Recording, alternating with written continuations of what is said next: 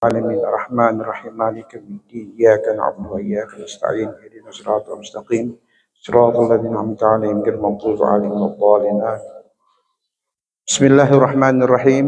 السلام عليكم ورحمة الله وبركاته. الحمد لله الذي علم الإنسان ما لم يعلم. أشهد أن لا إله إلا الله وحده وأشهد أن محمدا عبده ورسوله ولا نبي بعده. اللهم صل وسلم وكرم وعظم وشرف على سيدنا محمد بن عبد الله وعلى آله وصحبه ومن والاه أما بعد. رب اشرح لي صدري ويسر لي أمري واحلل عقدة من لساني يفقهوا قولي. ربي زدني علما نافعا وارزقنا فهما واسعا. Puja dan syukur kepada Allah Subhanahu wa taala, salat serta salam kehadiran Nabi yang tercinta, Nabi yang mulia, Nabi Allah Muhammad sallallahu alaihi wasallam, juga kepada keluarga dan para sahabat-sahabat beliau. Yang saya hormati Sahibul Bait, ketua kerukunan, pengurus, ibu-ibu, bapak-bapak, para anggota majelis yang saya muliakan yang dirahmati Allah. Alhamdulillah, kita dipertemukan kembali oleh Allah Subhanahu wa taala dalam keadaan sehat walafiat. Semoga keafiatan dan kesehatan, keberkahan senantiasa menyertai kehidupan kita sehari-hari di masa-masa yang akan datang. Amin. Bapak-bapak, ibu-ibu, jamaah majelis yang saya muliakan yang dirahmati Allah. Tadi kita sudah membaca surah Yasin. Ya. Yasin dalam Islam itu merupakan dua kata huruf yang terdiri dari huruf hijaiyah, yaitu ya dan sin. Ya. Nah, dua kata inilah yang kemudian dijadikan Allah sebagai nama Nabi Muhammad sallallahu alaihi wasallam. Jadi Yasin itu nama Nabi kita Muhammad sallallahu alaihi wasallam. Karena ia terdapat pada ayat pertama dalam surah itu, maka dinamakanlah surah itu dengan nama surah Yasin.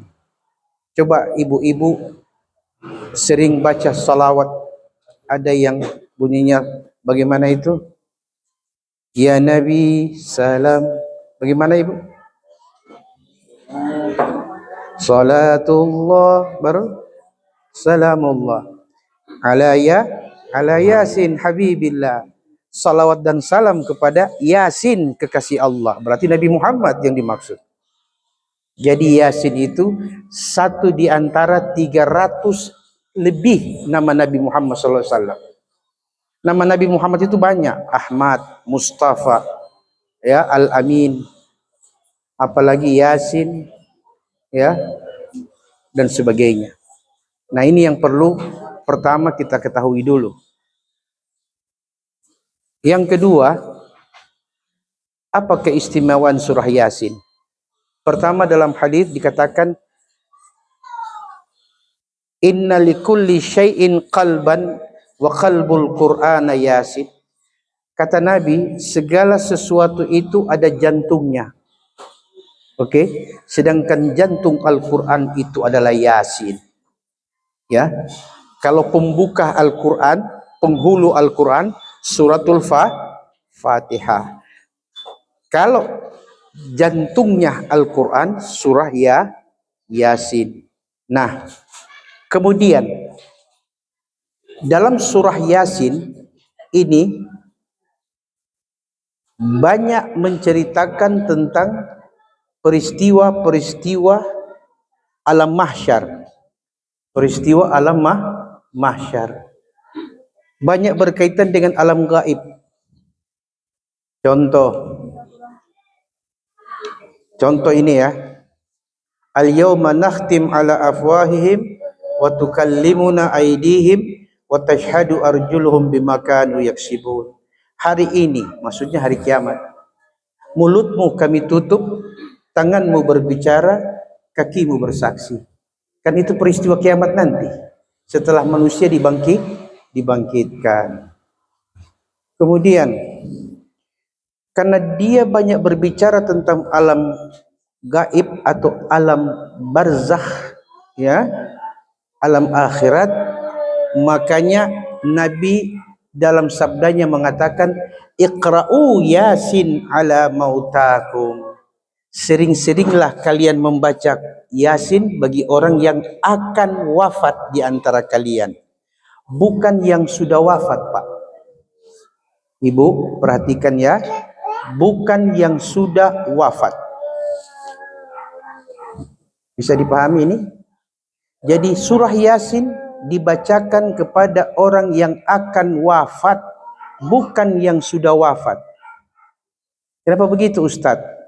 Mari perhatikan hadis Rasul sallallahu alaihi wasallam.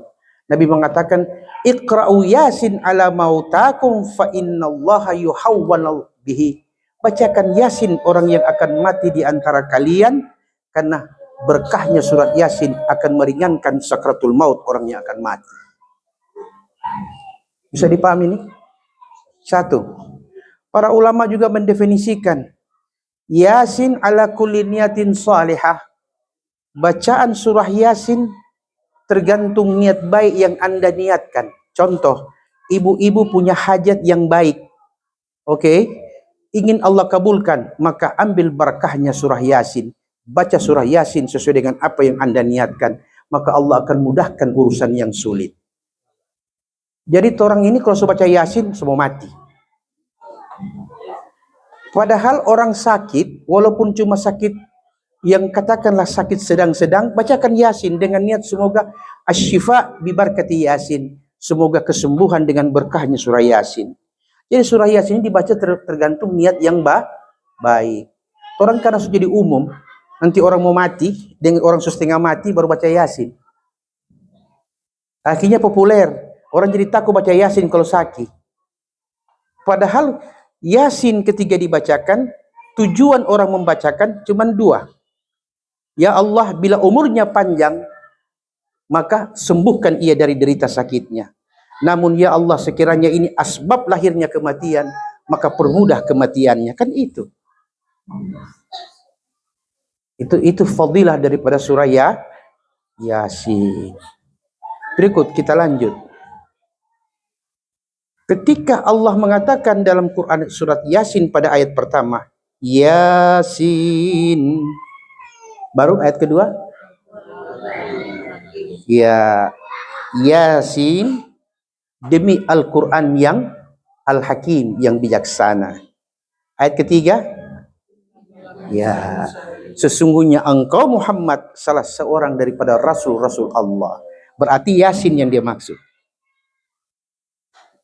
Yasin adalah nama Nabi Muhammad yang membawa Al-Quranul Karim. Karena kenapa Nabi diberi amanah menerima dan menyampaikan Quran? Innaka laminal mursalin. Karena engkau salah seorang di antara Rasul-Rasul Allah. Bisa dipahami ini? Jadi surah Yasin dibacakan dalam keadaan apa saja, di mana saja, tergantung orang yang meniatkannya. Bukankah Nabi mengatakan innamal a'malu binniyat wa innama likulli imri'in ma nawa? Segala sesuatu itu tergantung apa yang diniatkan. Dan ingat, bagi setiap orang, kata Nabi, ia mendapati apa yang dia niatkan. Contoh, saya mau baca Quran surat Yasin dengan tujuan semoga Allah beri rumah ini perlindungan dari segala mara bahaya. Apa ibu-ibu dan bapak-bapak ragu ketika Al-Quran berkata bahwa Al-Quran itu adalah syifa, penyembuh.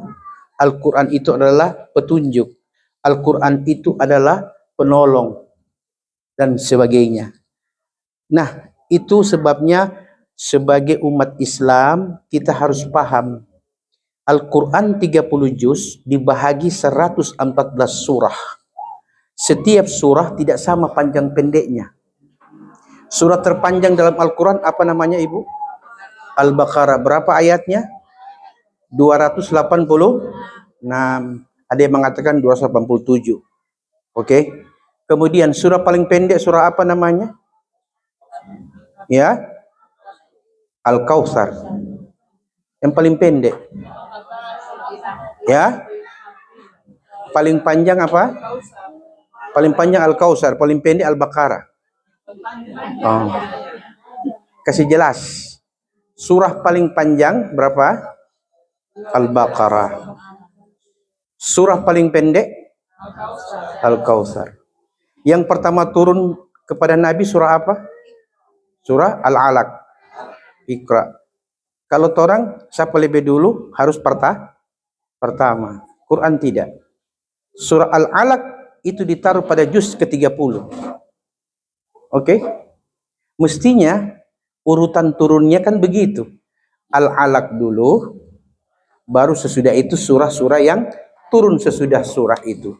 Tapi Quran tidak seperti itu. Karena Quran bukan kitab ilmiah, Quran kitab hidayah. Ada hikmah di balik itu. Hikmah yang kemudian lahir setelah ulama cari, kenapa bukan Quran surah Al-Alaq yang ditaruh di depan Al-Quran paling awal? Justru ketika terjadi penyusunan penulisan Al-Quran di zaman Rasul, juru tulisnya itu namanya Zaid bin Thabit. Itu juru tulis Nabi. Ketika turun ayat, Nabi berkata, "Ya Zaid, uktub hadhil ayah huna." Hai Zaid, tulis ayat ini di sini. Jadi Nabi yang menyusun sendiri susunannya. Bisa dipaham? Nabi yang menyusun sendiri susunannya. Sehingga yang kita dapati hari ini itu Quran 30 juz berdasarkan urutan yang Nabi susun. Pertanyaannya adalah, kok Nabi yang susun? Kenapa Allah yang turunkan, Nabi yang susun? Ulama mengatakan itu namanya at-tauqifi. Petunjuk yang Allah berikan kepada Nabi sehingga lahirlah tindakan, ucapan, perintah Nabi. Tulis ayat ini di sini, baru ayat turun berikut, sambung di ayat yang ini, dan seterusnya. Itulah Quran. Apa dalilnya? Dalam Quran Allah sendiri memberi legitimasi kepada Nabi. Apa nak kata Allah dalam Al-Quran? Wa ma yantiqu 'anil hawa in huwa illa wahyu yuha. Tidaklah ia Muhammad mengatakan sesuatu pun dari lidahnya kecuali itu adalah bagian dari wahyu yang Allah wahyukan kepadanya. Makanya hadis Nabi menjadi sumber hukum kedua sesudah Al-Quran. Bisa dipaham, Pak? Ya. Berarti Al-Fatihah itu memang Allah yang atur, tapi Allah berikan kewenangan itu kepada Nabi berdasarkan petunjuk ilahi. Jadi Al-Quran ada yang tertulis dan ada yang tidak tertulis. Yang tertulis itulah yang ditulis oleh para sahabat yang kemudian kita kenal Mushaf Al-Quran. Yang tidak tertulis, apa yang dikandung oleh makna setiap ayat, Nabi sudah faham. Saya kasih contoh paling gampang. Bapak-bapak punya HP? Punya kan? Nah, waktu beli HP, sudah ada program-program di dalam. Baru standar pabrik. Baru standar pabrik. Terus tiba-tiba ada TikTok, ada Instagram, dan sebagainya. Kira-kira siapa yang kasih masuk itu? Download. Yang kasih masuk orang yang punya HP, bukan download. Kalau download, semua HP dia masuk akal. Berarti yang punya HP. Pertanyaannya satu. Ketika saya mau buka berita Bitung, saya harus buka apa, Bu? Buka Facebook. Ketika saya mau lihat perkembangan yang terjadi dalam dunia maya, ada Instagram, ada Twitter. Setiap folder ini sudah ada ketentuan masing-masing fungsi. Bisa dipahami ini? Yang tahu fungsinya orang yang punya HP. Al-Quran kurang lebih seperti itu. Ketika Allah turunkan Al-Quran, foldernya sudah masuk di dada Nabi.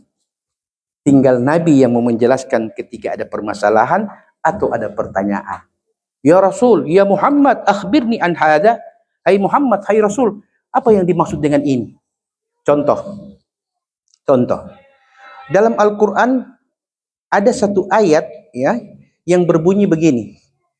Was-sariqu was-sariqatu faqta'u aydiyahuma. Oke. Jazaa'am bima kasaba nakalam minallah. Pencuri laki-laki dan pencuri perempuan, potonglah kedua tangannya sebagai balasan dari Allah Subhanahu wa taala atas perbuatan keduanya. Pak, Bu, kalau saya mencuri lilin satu, ketahuan dan ditangkap, sebanding tidak tangan saya dengan harga lilin? Berarti kejam mana? Kejam putusan pengadilan atau kejam hukum Quran? Coba dijawab. Pasti kita bilang wah kejam hukum Quran. Karena apa? Seburuk-buruknya pengadilan, orang mencuri lilin tidak akan dituntut dengan potong tangan. Paling tidak tahanan sementara. Betul tidak?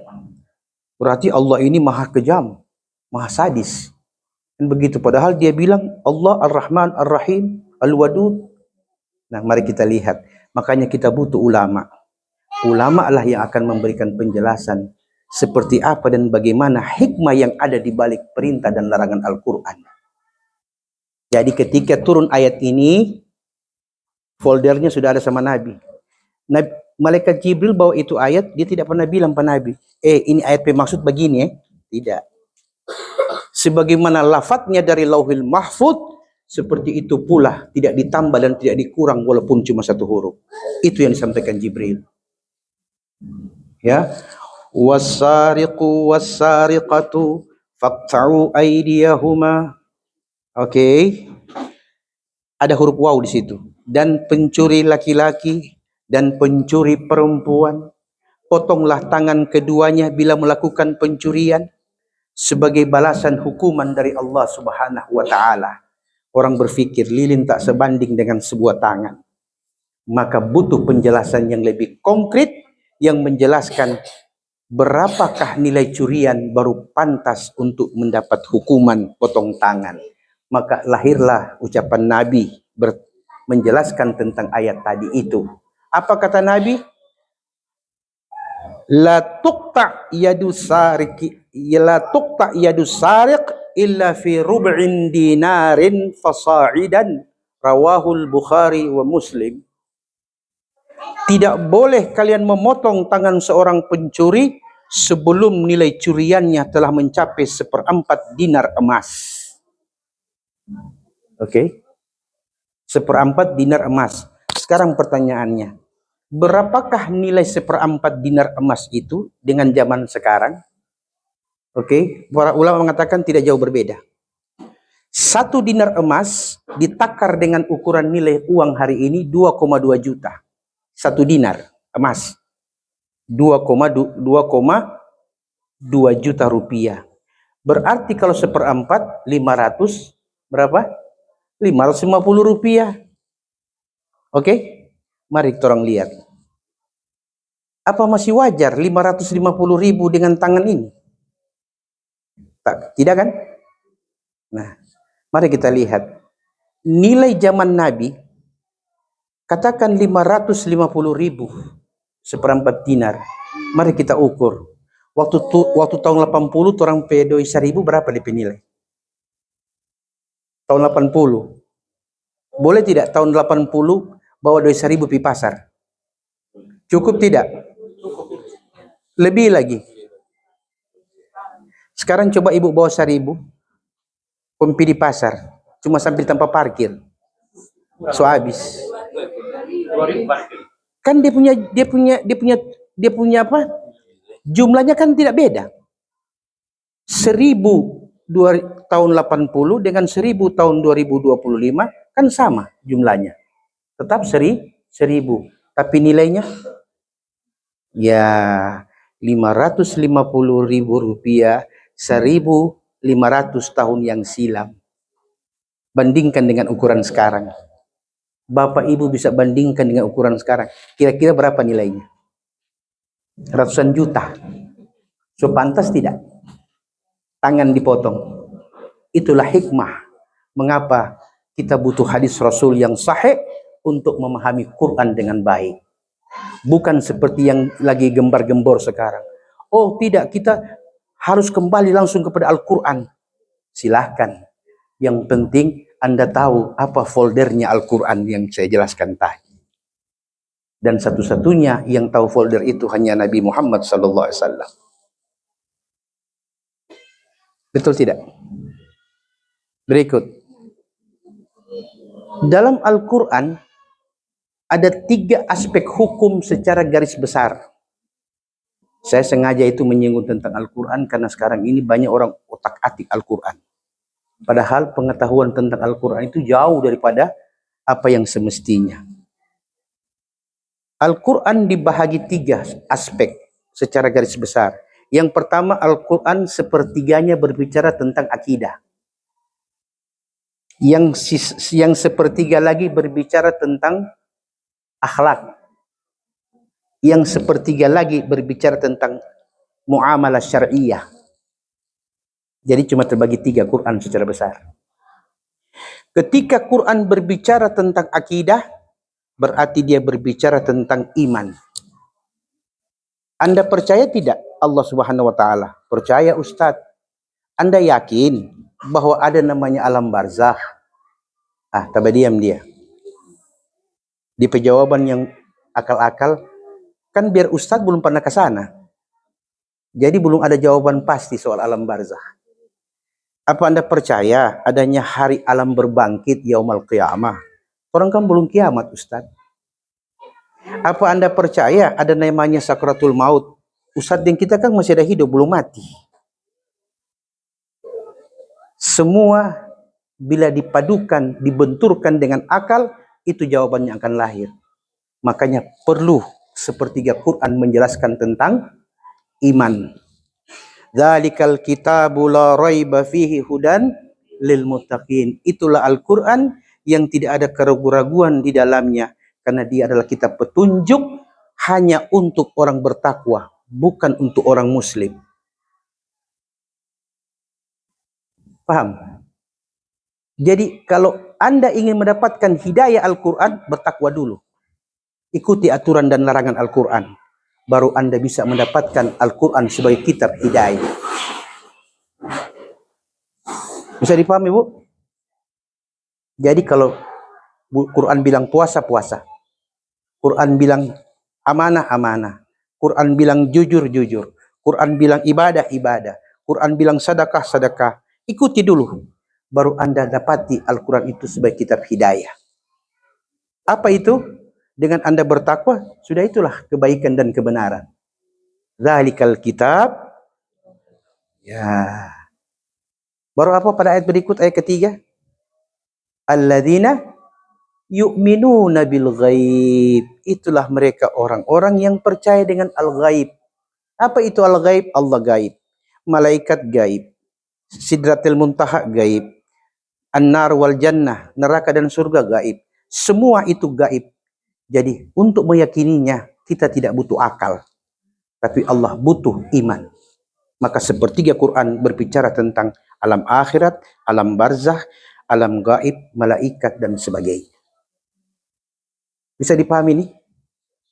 Sepertiganya lagi Al-Quran berbicara tentang akhlak. Kenapa Ustadz mesti butuh akhlak?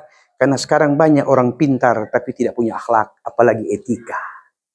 Bukankah yang membodohi orang bodoh itu orang-orang pintar? Apalagi yang merasa pintar, karena ada 2, tahu setel dan setel tahu.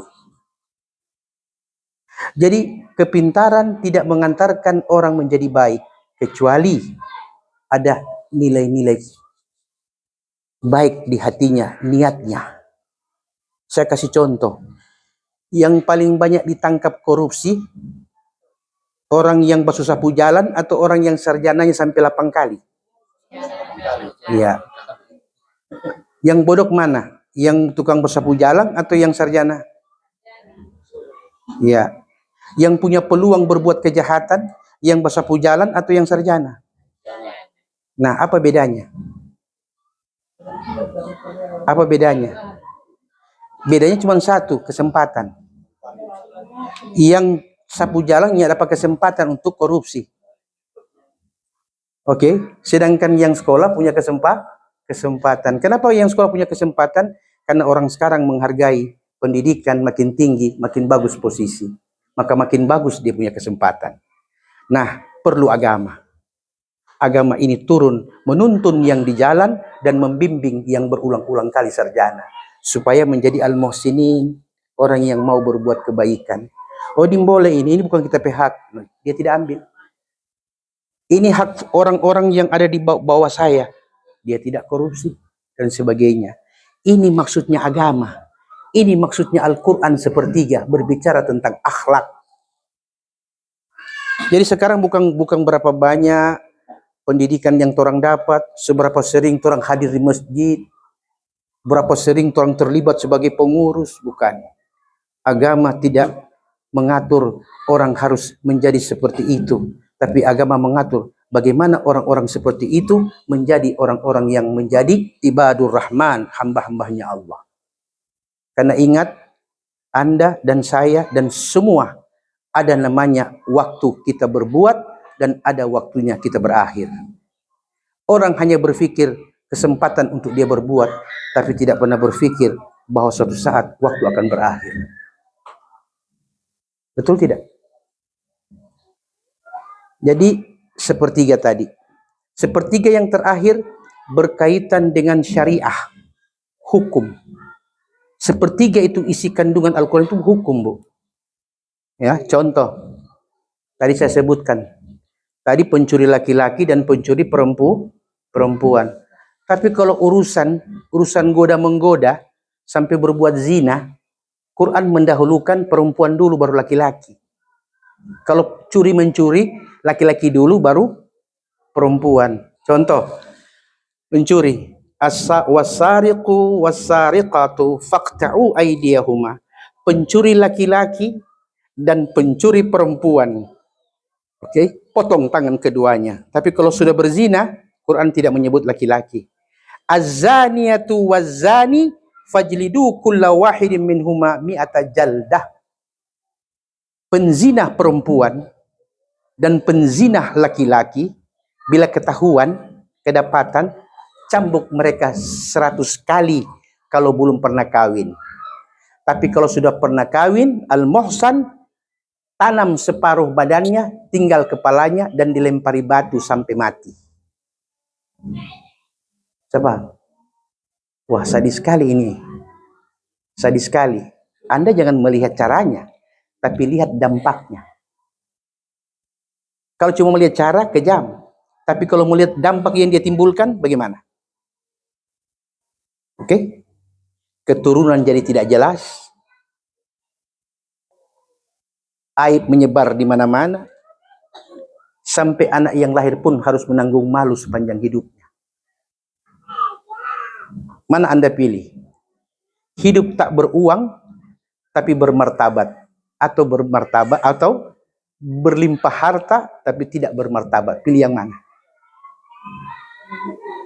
Yang ada yang berani pilih. Karena dua-dua setengah mati dapat lihat. Begitu.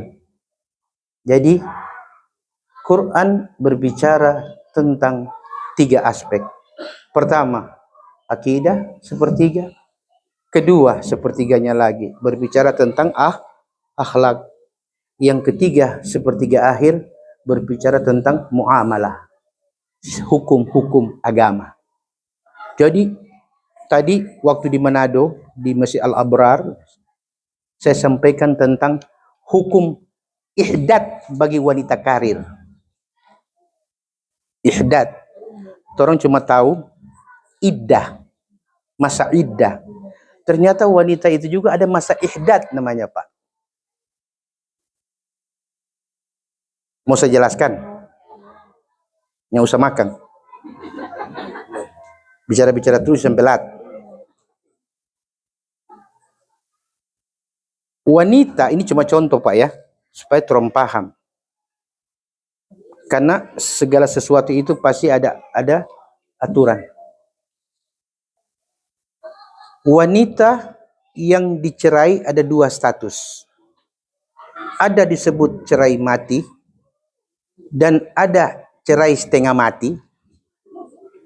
dan ada cerai mati, cerai hidup. Saya ulangi, ada cerai hidup, ada cerai setengah mati, ada lagi cerai mati.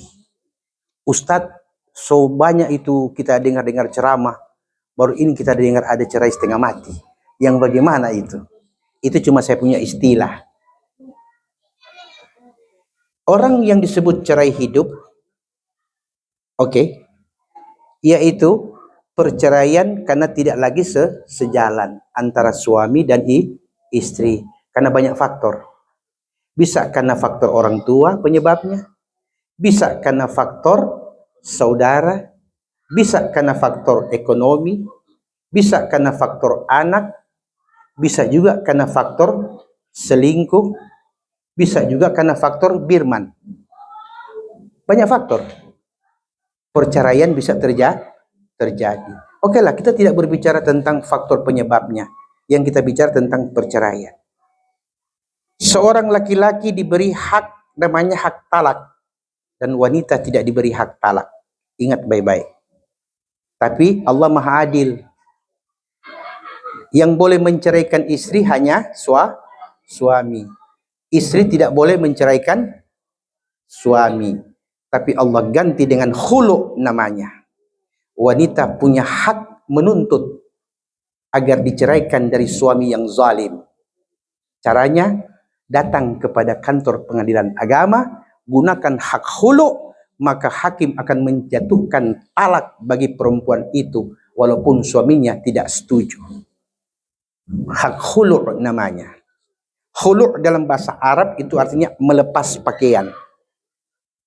Dengan catatan, waktu ada nikah dulu, ada mahar tidak? Ada. Bawa itu mahar di hadapan hakim, kau bilang, Pak Hakim, saya menggunakan hak khulu. Saya minta hakim ceraikan saya dengan suami saya yang zalim, saya kembalikan maharnya. Paham? Makanya itu mahar seperangkat alat sholat. Padahal mahar itu lebih mahal, lebih bagus. Betul tidak? Mana ibu-ibu lebih suka? Mahar sepetak sawah atau mahar seperangkat alat sholat? Hah? Hah? Sepetak sawah. Tapi ketika terjadi masalah, suami tukang pukul, meminta cerai tidak bisa, gunakan hak hulu. Kira-kira masih ada sepetak sawah mau kasih pulang?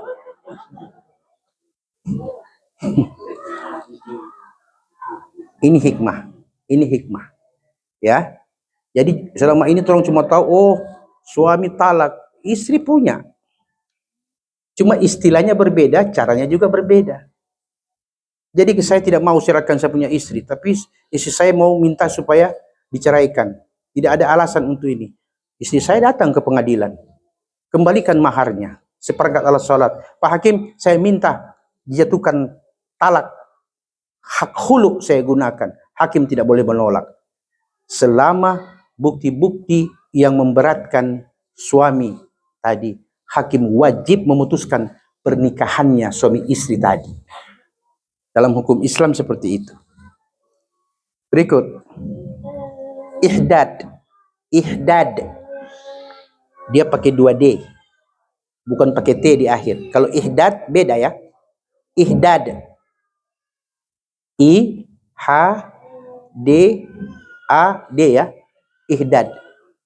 Kalau iddah itu double D. I, D, D, A. Iddah. Nah ini dua ini. Wanita karir yaitu wanita yang bekerja di luar atas izin suaminya. Bagi yang sudah bersuami. Wanita dilihat dari sisi pekerjaan terbagi 3 ibu. Wanita karir, wanita bekerja, dan wanita ibu rumah tangga. Wanita karir karena yang dia lakukan di luar adalah menawarkan keahlian. Karena dia seorang ekonom, dia seorang pakar, dia seorang pekerja keras, ya, punya sekretaris, ke apa namanya, itu wanita karir. Tujuannya dia bekerja di luar mencari kelebihan untuk membantu ekonomi keluarga. Berarti seizin suami. Apakah itu dalam hukum Islam boleh? Dibolehkan selama marwah, kehormatan wanita itu terpelihara dan terjaga. Nah, wanita yang bekerja kedua namanya wanita bekerja. Contoh, ada tidak wanita yang mencari nafkah menjadi pemulung sampah, yang menjadi binaragawan? Wanita jadi binaragawan. Ada kan? Ada enggak wanita yang seperti laki-laki, angka-angka barbel? Ada. Ada tidak wanita yang bermain bola kaki? Semua pekerjaan yang dulu hanya dipegang oleh laki-laki, sekarang semua wanita sudah ada. Karena dengan satu alasan, emansipasi. Makanya ibu jangan kaget kalau ibu punya teman spir-spir. Karena tiap pagi angka barbel. Yang kita berpikir kalau dia kawin, siapa yang takut apa ini? Dia takut laki atau laki yang takut dia? Karena kalau pak itu veto, dia tarik tuh baju pun dia kasih begini. Karena pilih jo. Oke, itu wanita bekerja. Yang ketiga disebut dengan wanita rumah tangga, yaitu tidak bekerja di luar, hanya mengurus suami dan anak. Dia bekerja dalam rumah. Yang jadi masalah ketika terjadi perceraian, ya, istri yang dicerai hidup oleh suaminya itu hanya boleh mendapat talak 2 kali. Talak pertama disebut talak raj'i, talak kedua disebut talak raj'i sugrah namanya. Sedangkan yang ketiga kali tidak boleh. Tidak boleh menggunakan hak talak 3 kali oleh laki-laki. Karena Quran dan hadis berkata, at-talaq marratan fa imsakum bima'rufin aw tasrih bi ihsan. Talak itu hanya 2 kali. Ingat, yang ketiga kali jangan terjadi. Kalau sudah 2 kali talak, Allah berkata, imsak bima'ruf. Kau mau pertahankan rumah tanggamu sampai wafat, atau engkau mau lepas itu istri dinikahi oleh orang lain. Cuma 2 kali. Ustadz, ternyata ada orang rujuk. Ingat ibu, setiap wanita yang ditalak 1 oleh suami, tidak boleh suami kasih keluar dari rumah. Ya, bukan rumah mertua, bukan. Rumah yang mereka bangun bersama. Ayatnya, Quran surah At-Talaq ayat 1. Ya ayuhan nabi, idza talaqtumun nisaa fatalliquhunna li'iddatihinna. Oke. Wahsaul iddata wattaqullaha rabbakum la tukhrijuhunna min buyutihinna. At-Talaq ayat 1. Wahai Nabi, bila kalian mentalak istri-istrimu, maka perhatikan masa iddahnya. Perhatikan masa iddahnya. Karena hanya di masa iddah itulah engkau suami bisa rujuk kembali kepada istrimu tanpa harus menikah lagi. Cukup dengan berkata, ma, papa sudah sadar, papa mau suka balik ulang. Tidak perlu nikah. Selama masa iddah belum lewat. Ustadz, tadi Ustadz bilang ihdat, sekarang iddah. Yang bagaimana lagi itu? Undang kita kedua kali, ente jelaskan itu. Nyanda, temu kasih habis nih Malang. Ihdat itu artinya seorang wanita yang ditinggal mati oleh suaminya, dilarang bersias bersolek, pakai semengket, pakai eyeshadow, pakai alis mata, pakai parfum, pakai baju keluar. Haram hukumnya. Ihdat namanya. Ihdat artinya al-man'u. Ihdat artinya larangan bersolek. Ustadz, sampai kapan? 4 bulan 10 hari. Hi? Bukan bapak-bapak yang bilang, ibu-ibu yang 4 bulan 10 hari. Itulah bedanya. Bedanya cerai mati dan cerai talak 3, bain kubra. Jadi paham ini? Bisa dipahami ini? Atau belum paham? Atau semua pulang punya mengerti ini? Sudah tadi dia bicara. Ya? Oke. Talak raji'i, talak 1. Ternyata dia mau berbalik. Oke, tidak perlu nikah. Tapi ada masa iddah 3 bulan 10 hari. Jadi wanita yang ditalak 1 oleh suami tidak boleh keluar dari rumah kecuali dia berbuat perbuatan keji. Illa ayyatina bifahishatin mubayyinah. Quran surat At-Talaq ayat 1. Kecuali bila perempuan itu berbuat perbuatan keji, baru engkau keluarkan dia dari rumah selama masa iddah. Contoh yang dimaksud keji itu apa? Dia melawang pemertua, dia melawang saudara-saudara, dia pokoknya dia setelah dia tahu dia semua dicerai, dia bikin kelakuan. Maka Quran surah At-Talaq ayat 1 mengatakan, fahrujna, keluarkan ia dari rumah karena dia berbuat kekejian, mudarat. Itu larangan, itu apa? Tilka hududullah, lanjutan ayat. Itulah hukum-hukum agama Allah. Wa may yata'adda hududallah faqad zalama nafsah, kata Quran. Barang siapa yang melanggar hukum-hukum Allah, maka dia telah menzalimi dirinya sendiri. Itu ayatnya yang melarang wanita yang ditalak dikeluarkan suaminya dari rumah. Ada tuh baru-baru kita lihat di TikTok di mana itu. DP tua ambil tuh DP tua baju, kasih pada dia. Pokoknya ngana mulai hari ini ngana keluar dari rumah sini. Napa ngana pe baju-baju? DP bini haga. Kiapa ngana mau kasih keluar pa kita? Ngana sunya perhatikan kita pe baju, kita pe makan, kita pe kebutuhan. Ngana cuma urus ngana pe semengken, ngana pe kuteks. Begitu yang kita dah lihat. DP bini haga begini, DP bini bilang, oh begitu dang, tunggu. Dia masuk ke kamar, dia ambil tuh surat-surat rumah, BPKB, surat-surat tanah.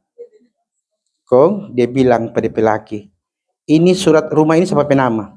Mama. Surat tanah siapa nama? Mama. Buku rekening? Mama. Oke? Semua aset kepemilikan atas nama mama. Sudah? Oke, tunggu. Masih ada lagi. Dia masuk ke dalam, dia ambil apa? Nota-nota tagihan. Ini siapa Facebook? Ini siapa yang kredit? Papa. Atas nama papa. Yang angka di bank saya. Semua nota tagihan papa penama. Oke? Tapi aset mama penama. Baru DPB ditanya. Sekarang siapa yang mesti keluar? Ini cuma ilustrasi. Oke?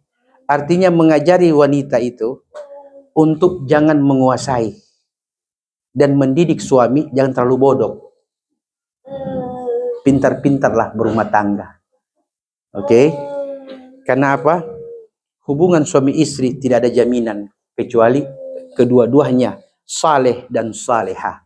Baru kedua-duanya Quran surah Az-Zukhruf ayat 27, wa may ya'shu an dzikrir rahman nuqayyid lahu syaitanan fahuwa lahu qarin. Barang siapa yang suka melanggar aturan-aturan Allah, maka Allah akan jadikan baginya syaitan sebagai pembimbing hidupnya. Tetapi dalam Quran yang lain, ayat Allah berfirman, ya ayyuhalladzi innal ladzina amanu wa amilus solihat sayaj'alu lahumur rahmanu wudda. Bila suami bertakwa, istri bertakwa, maka Allah akan jadikan bagi keduanya wudda. Apa itu wudda? Wudda itu di atas cinta. Ingat ibu, Quran tidak pernah mengenal cinta. Anda biar mencari itu Quran, tidak ada kata cinta dalam Al-Quran. Yang ada cuma rahmah, wuddan. Kalau cinta, itu berkaitan dengan fisik. Oh, kita kok suka sama tua itu dulu karena sama tua pe body. Oh nyanda, kita dulu suka mai tua pemuka ini kok memang talai. Begitulah mai tua, kita le suka pai tua ini, karena ini pai tua ini pembadiang. Tapi sekarang so nyanda, apa? Ternyata dia skakar. Cuma contoh, cuma contoh. Waktu batunangan dulu baik-baik sekali dia. Biar kita nyatanya dia bilang mau makan. Kata so jadi laki, Eli motogor masuk nyanda. Oke? Jadi Quran tidak menggunakan istilah itu. Quran menggunakan wudda. Apa itu wudda?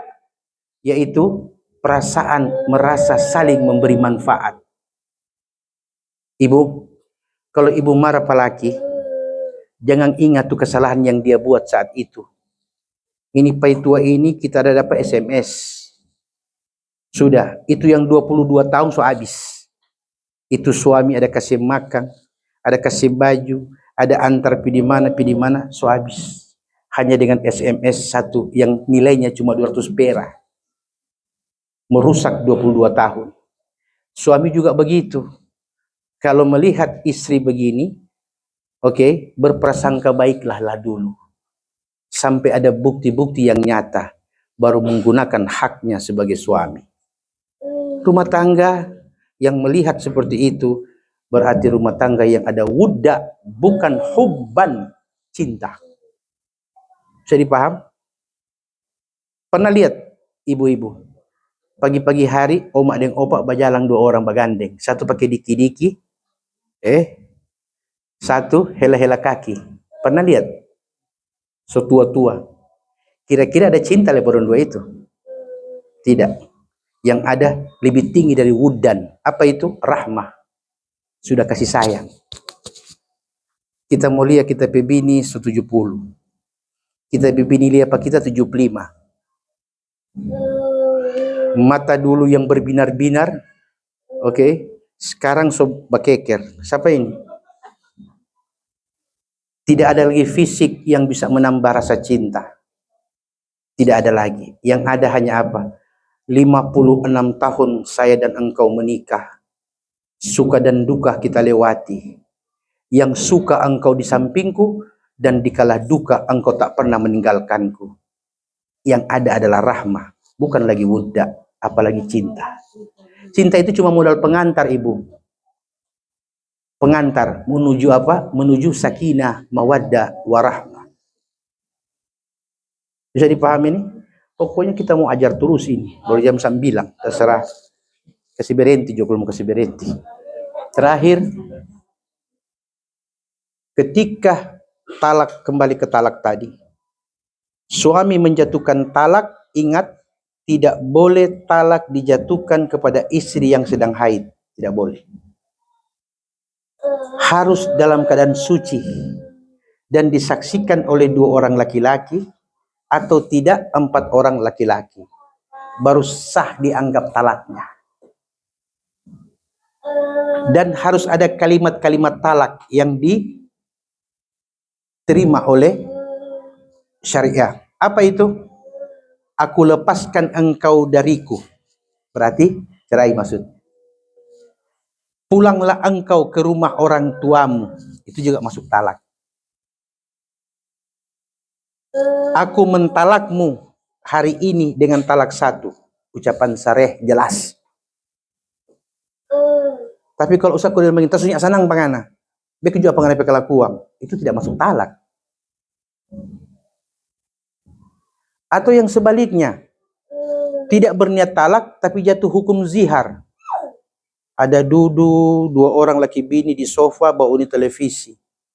Karena sinetron bagus DP cerita. Mai tua taruh kepala di pala-pala. Papai tua.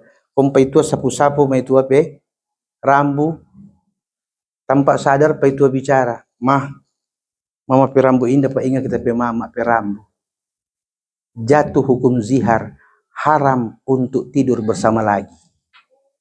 Sudah zihar namanya. Menyamakan bentuk fisik istri sama dengan ibu kandung.